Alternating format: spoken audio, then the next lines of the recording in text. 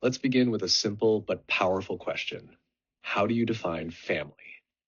For most of us, family is our first agent of socialization. It's the group that teaches us right from wrong, gives us our values, and helps us figure out where we belong. We grow up in a family of orientation, the one we're born into or raised in. And eventually, many of us go on to form a family of procreation, creating or choosing our own family as adults. But the idea of what a family looks like has changed a lot over the years. Think about your own life. Will the family you create someday look the same as the one you were raised in? Probably not. That's because family composition in Canada has shifted significantly over the past few decades. For a long time, defining family was straightforward. If people were married and had children, they were a family.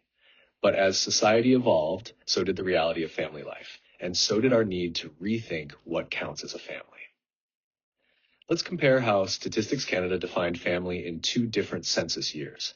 In 1971, a family had to be a husband and wife, married, with or without children, or a lone parent with children. Even guardianship children under 21 were included, but only under specific conditions. This definition excluded common law couples, same-sex couples, and even many blended families.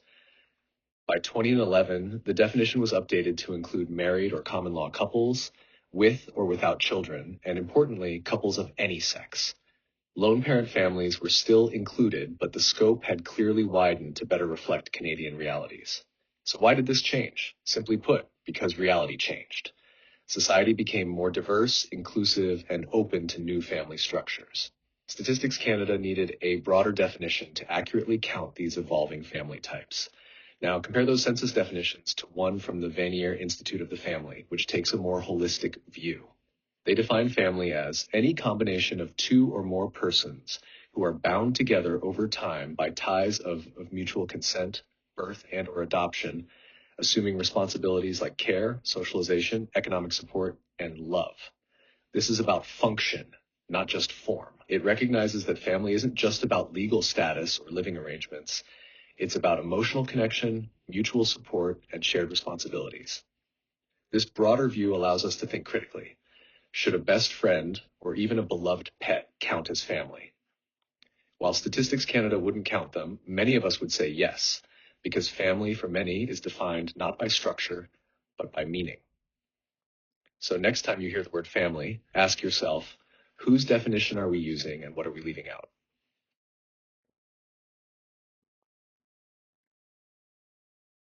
Next, let's talk about marriage and family in Canada, how they're defined, how they're changing, and what shapes our choices about who we partner with.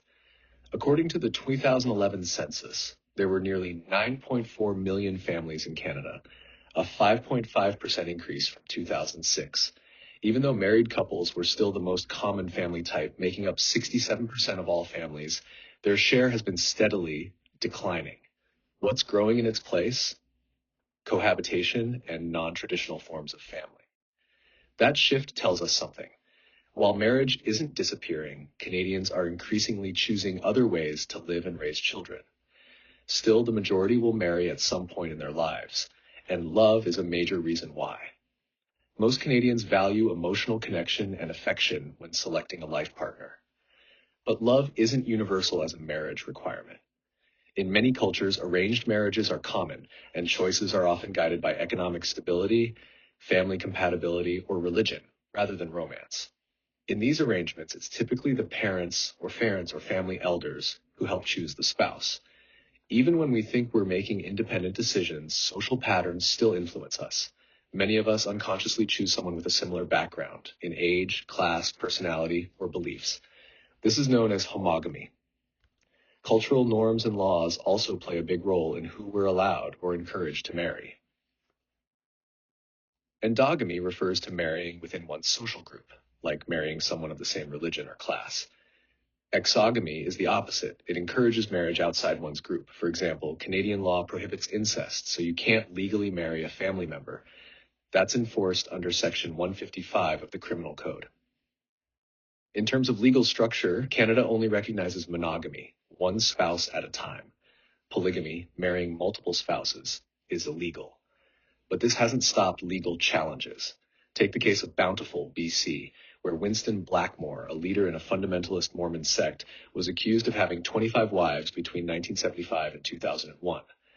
His legal team argued that Canada's anti-polygamy laws violate constitutional freedoms. But the Supreme Court of British Columbia upheld the ban, concluding that polygamy is inherently harmful, particularly for women and children. So what we see is that marriage in Canada is shaped by personal values, cultural traditions, and legal boundaries all at once. As definitions of family continue to evolve, these factors remain at the heart of how we structure our most intimate relationships.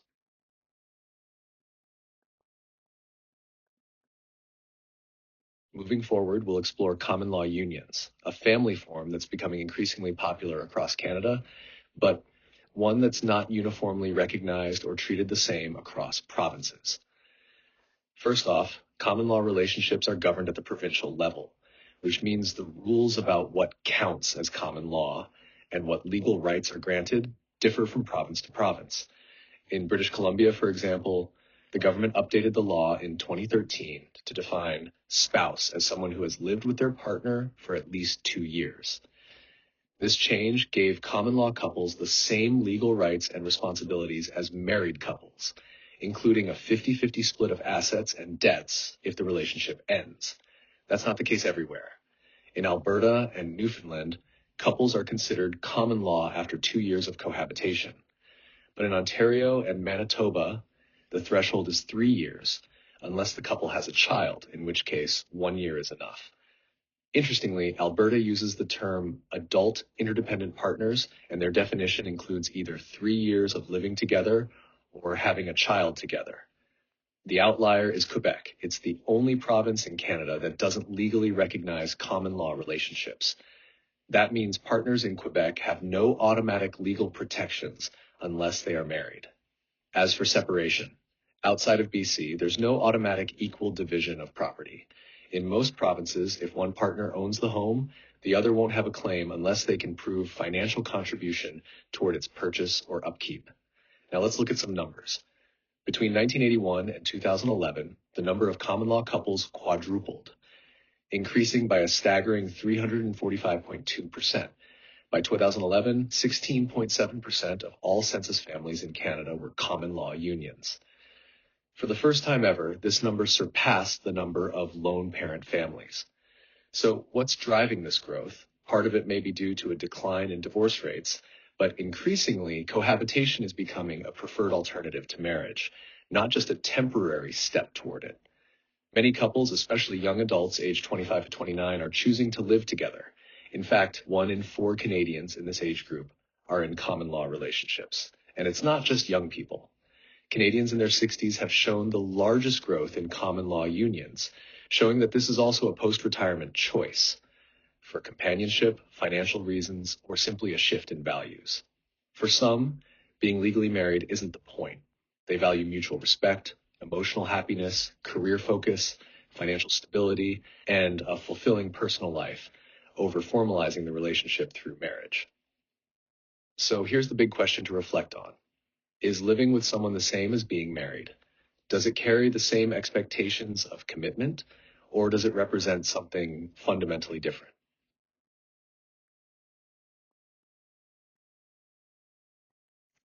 Let's now turn to same-sex unions in Canada, how far we've come legally and socially, and where challenges still remain. In 2005, Canada became the 3rd country in the world to legalize same-sex marriage, following the Netherlands in 2000 and Belgium in 2003.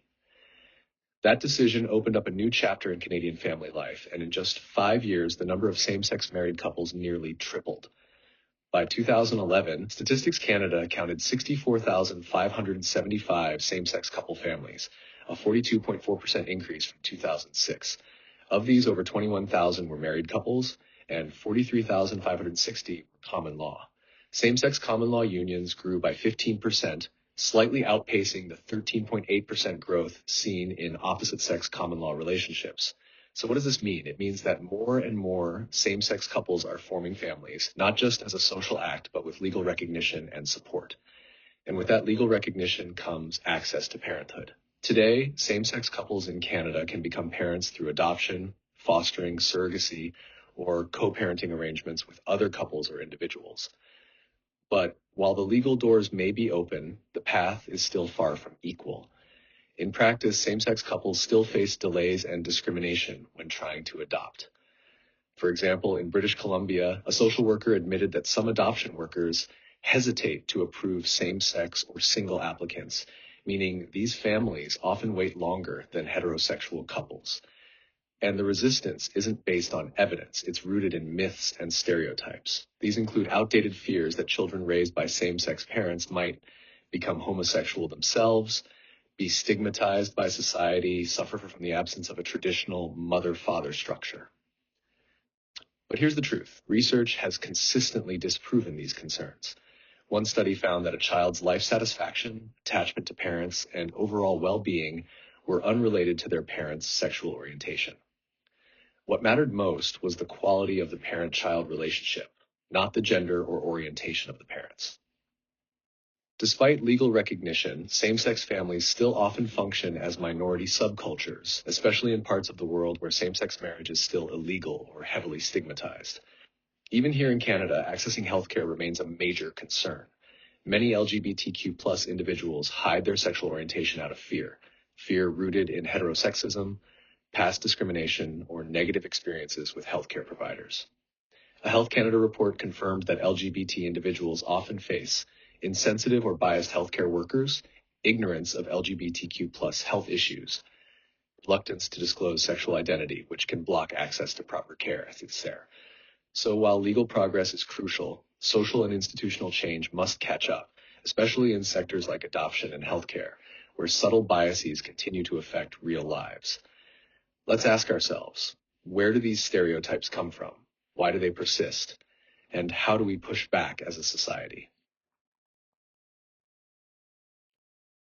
Next, we will dig into the dynamics of divorce, remarriage, and the increasingly diverse structure of Canadian families. While married couples still represent the most common family form in Canada, their dominance has significantly declined. Back in 1961, married couples made up over 91% of all census families. By 2011, this proportion had dropped to just 67%. Part of this shift is due to rising divorce rates over the years, particularly leading up to their peak in 1987. Since then, divorce rates have declined, but it's important to interpret that trend carefully. Although fewer people are formally divorcing, that doesn't necessarily mean that fewer couples are separating. Instead, marriage rates have gone down, and more people are choosing to cohabit without legally marrying. So while legal divorces may be down, relationship dissolution is likely just taking different forms. When it comes to remarriage, we know that it is fairly common. About 70% of men and 58% of women who get divorced eventually remarry. This, in turn, contributes to the formation of blended families, often referred to as step families. These family forms introduce new social dynamics and legal complexities. The 2011 Canadian census marked the first time that step families were officially counted, giving us a clearer picture of their growing presence. Of all Canadian couples with children, 12.6% were step families.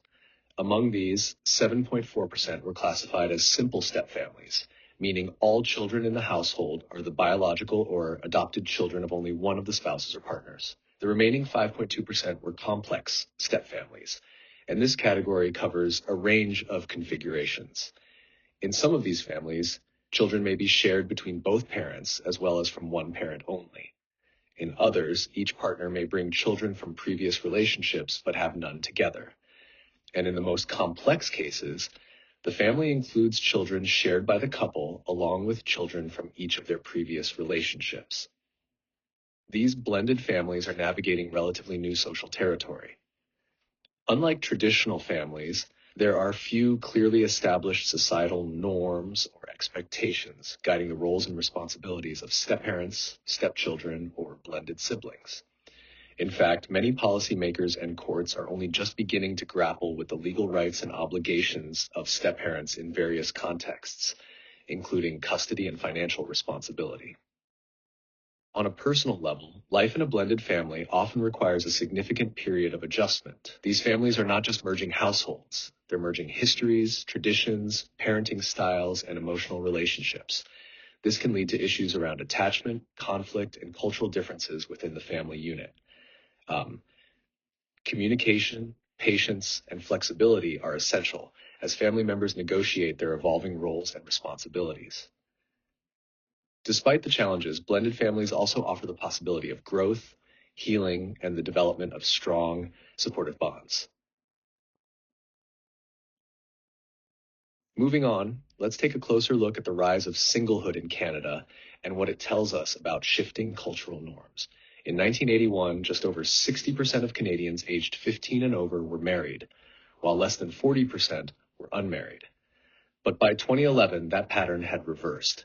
The majority of Canadians in this age group, 53.6%, were now unmarried, and only 46.4% were married. This demographic shift reflects a broader change in how we view relationships and commitment. Now, it's important to clarify that the term unmarried includes a range of people, not just those who have never been married, but also those who are divorced, separated, or widowed. However, what stands out is that more people are actively choosing to postpone marriage, cohabit instead, or remain single entirely. In fact, research shows that about 1 in 10 single adults in their 30s and early 40s believe they will never marry. Interestingly, while 54% of this group still say relationships are important, 46% consider being part of a couple to be not very important, or not important at all. Among the unmarried, we also see a growing number of Canadians who remain single by choice. These individuals opt out of traditional partnership or parenthood for a variety of personal reasons. Yet despite this trend, the stigma surrounding singlehood is still deeply rooted in Canadian society. There remains a persistent cultural belief that to be happy and fulfilled, one must be in a romantic relationship and eventually have children. This social pressure can create discomfort for people who genuinely enjoy their single lives. Some avoid speaking too positively about their lifestyle because they fear it will be misunderstood as a sign that something is wrong with them. Common assumptions still suggest that if someone is single, they must be lonely, or worse, that they're somehow flawed. These stereotypes go even further. For example, psychologist and author Bella DePaulo points out that single women are often seen as either promiscuous or unable to find a date, while single men can be wrongly cast as socially immature, secretly gay, or even dangerous. The pressure to be in a relationship is so normalized that many people who are happily single will say things like, "I just haven't met the right person," or "I'm not really looking right now," even when that's not actually true. These responses are often more about social acceptability than personal truth. So even as our demographics shift and singlehood becomes more common, society still hasn't fully caught up. Many single individuals continue to navigate outdated expectations and unfair assumptions about what it means to live a full, independent life outside of traditional couplehood.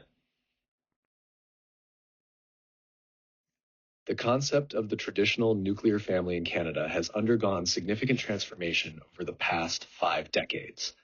Today, families with children manifest in various forms beyond the conventional structure, including lone parent families, foster and adoptive families, those formed through assisted human reproduction, co-parenting arrangements, and families who choose to remain child-free. In 2001, households comprising couples with children outnumbered those without. However, by 2011, this trend had reversed, with couples without children becoming more prevalent. Specifically, married couples with children decreased from 37.4% in 2001 to 31.9% in 2011, while married couples without children increased from 33.1% to 35.1% during the same period. Common law couples with and without children also saw increases, reflecting a shift in family compositions. A notable demographic trend is the rise of the boomerang generation. According to the 2011 census, 42.3% of young adults aged 20 to 29 lived in their parental homes, either having never left or having returned after living elsewhere. Factors contributing to this include changes in relationship status, cultural preferences, challenges in securing long-term employment, and the high costs associated with education. Despite its prevalence, there remains a stigma attached to adult children living with their parents, with societal perceptions differing based on gender. Multi-generational households are also on the rise, with over 1 million Canadians, or 4.5% of the population, living in such arrangements. These households often include grandparents, parents, and children under one roof. Advances in home care, public transportation, and assistive technologies have enabled seniors to choose living with their children and grandchildren, facilitating mutual care across generations. Lone parent families have seen changes as well. In 2011, 16% of Canadian families were lone parent families, with female lone parent families accounting for 12.8% and male lone parent families representing 3.5%. Interestingly, the increase in male lone parent families between 2006 and 2011 was more than twice that of female lone parent families. Foster care and adoption are vital components of Canada's family landscape. The 2011 census included foster children in its data for the first time, revealing that children aged 14 and under in foster care accounted for 0.5% of children in private households. The foster care system, governed by provincial and territorial jurisdictions, provides temporary homes for children who cannot live with their parents, with the goal of reunification or finding permanent alternatives like adoption. Adoption processes in Canada can be public or private, domestic or international. Public domestic adoptions are arranged and financed by government agencies, while private adoptions vary by province. International adoptions are subject to stringent regulations, including compliance with the Hague Convention of 1993, ensuring ethical practices and the best interests of the child. Assisted human reproduction, AHR, offers alternative paths to parenthood for those facing infertility, affecting approximately 20% of Canadians. Methods like intrauterine insemination, IUI, in vitro fertilization, IVF, and surrogacy are increasingly utilized. While these technologies provide hope, they also raise complex moral, legal, and social considerations. The Assisted Human Reproduction Act, passed in 2004, regulates these practices, outlining prohibited and controlled activities. Co-parenting is another emerging family structure, where two individuals choose to raise a child together without a romantic relationship. They share financial, social, and emotional responsibilities, often facilitated by platforms like Modamily.com and coparents.com. This arrangement challenges traditional notions of family, but emphasizes that consistent and predictable love is paramount for a child's well-being. Lastly, the choice to remain child-free is gaining recognition. For the first time in 2006, households comprised of couples without children surpassed those with children, a trend that continued in 2011. Many individuals and couples identify as child-free rather than childless, asserting that fulfillment does not necessitate parenthood. Despite societal pressures and stereotypes, organizations like No Kidding advocate for the respect and acceptance of this lifestyle choice. In summary, the Canadian family landscape is diverse and continually evolving, reflecting broader societal changes and the myriad ways individuals define and experience family. Family violence can take many forms and often occurs where we expect safety the most, within families. In Canada, family violence refers to abuse between family members who may be related by blood, marriage, common law partnerships, adoption, or foster care.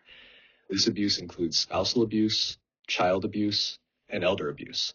Since elder abuse was addressed in Chapter 12, we'll now focus on spousal and child abuse. Spousal abuse, also called intimate partner violence, involves any intentional act that causes harm between romantic partners. In 2014, 4% of Canadians reported experiencing physical or sexual abuse from a spouse or former spouse within the last 5 years. Interestingly, the data show that men and women reported this type of abuse in equal measure, but women were more likely to experience the most severe forms of abuse and report physical injuries. The most common type of spousal violence was being pushed, shoved, or slapped. About 34% of women and 16% of men said they had been sexually assaulted, beaten, or threatened with weapons. Emotional and financial abuse were also reported, with 15% of men and 13% of women experiencing these forms of harm during their lifetime. Despite this, a staggering 70% of victims said they never reported the violence to police. Police reported data tell us that women are twice as likely as men to be victims of family violence, most often at the hands of a spouse. Men, on the other hand, are more likely to be abused by a parent or extended family member. When we focus on children and youth, we find that 31% of victims of family violence were harmed by a relative, with the majority of those cases involving a parent. Girls under 18 were almost twice as likely as boys to be victims of family violence. Physical assault was the most common form of abuse, followed by sexual offenses. Rates of sexual assault were 4 times higher for girls than boys. From 2004 to 2014, there were 316 family-related homicides in Canada. Over half of those victims were children under the age of 4, with most deaths caused by beatings, suffocation, or stabbings. In many of these tragic cases, the motive cited was frustration, anger, or despair. These numbers highlight how urgent it is to recognize and address family violence. Awareness, early intervention, and strong support systems are essential if we want to prevent abuse and protect vulnerable individuals, especially within our own homes. Intersectionality is a useful lens through which we can understand the complexity and diversity of families in Canada. It refers to how various aspects of identity, such as race, gender, and socioeconomic status, intersect to shape unique experiences. In 2011, 360,045 couples, or 4.6% of all married or common law couples in Canada, were in mixed unions. While this growing number reflects the changing landscape of Canadian families, it doesn't mean that prejudice and discrimination have disappeared. For example, in a disturbing 2011 case in Nova Scotia, 2 teens were sentenced to jail for burning a large cross with a noose in the yard of an interracial couple. Incidents like this remind us that racism still persists, even as the number of mixed unions continues to rise. Family roles, particularly those assigned by gender, have also been evolving. The traditional image of a father as simply the head of the household no longer captures the variety of roles men now occupy within families. Today's father might be single, divorced, gay, straight, adoptive, foster, or a co-parent. He might live with his children or live apart from them, and he might be a stay-at-home dad or work outside the home. What matters is the emotional and financial investment he maintains in his children's lives. Women's roles have shifted too. Mothers are still often seen as caregivers, but more women are marrying later, having fewer children, gaining education, and entering the workforce. These changes significantly affect the traditional structure of caregiving within the family. Socioeconomic status is another key dimension of intersectionality. It influences a family's financial stability, access to education, healthcare, and other resources. Families in different social classes face different opportunities and challenges, which can shape their everyday lives and long-term outcomes. An intersectional lens helps us see that families are not shaped by a single factor, but by the complex interaction of many identities and experiences.